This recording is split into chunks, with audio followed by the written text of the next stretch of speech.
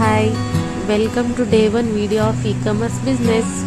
First e-commerce business start ಮಾಡಬೇಕು ಅಂದರೆ ಏನು ಬೇಕಾಗುತ್ತೆ? ರಿಜಿಸ್ಟ್ರೇಷನ್ ಮಾಡಬೇಕಾಗುತ್ತೆ. ಸೊ ಫ್ಲಿಪ್ಕಾರ್ಟ್, ಮೀಶೋ, ಅಮೆಝಾನ್ ಅಂತ ವೆಬ್ಸೈಟಲ್ಲಿ ರಿಜಿಸ್ಟ್ರೇಷನ್ ಆಗೋದಕ್ಕೆ ಬೇಕಾಗಿರೋ ಡೀಟೇಲ್ಸ್ ಈ ವಿಡಿಯೋ ಅಲ್ಲಿ ಹೇಳ್ತೀನಿ. ಮೊದಲನೇದಾಗಿ GST number, PAN card, bank account. GST number ಇದ್ದರೆ very good, but PAN card ಆದರೂ ಓಕೆ.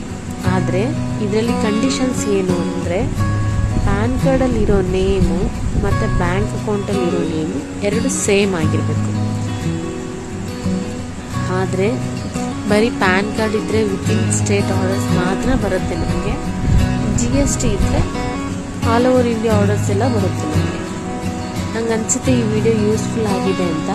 ನೆಕ್ಸ್ಟ್ ವಿಡಿಯೋದಲ್ಲಿ ರಿಜಿಸ್ಟ್ರೇಷನ್ ಬಗ್ಗೆ ಡೀಟೇಲ್ಸ್ನ ಕೊಡ್ತೀನಿ. ಅದಕ್ಕಿಂತ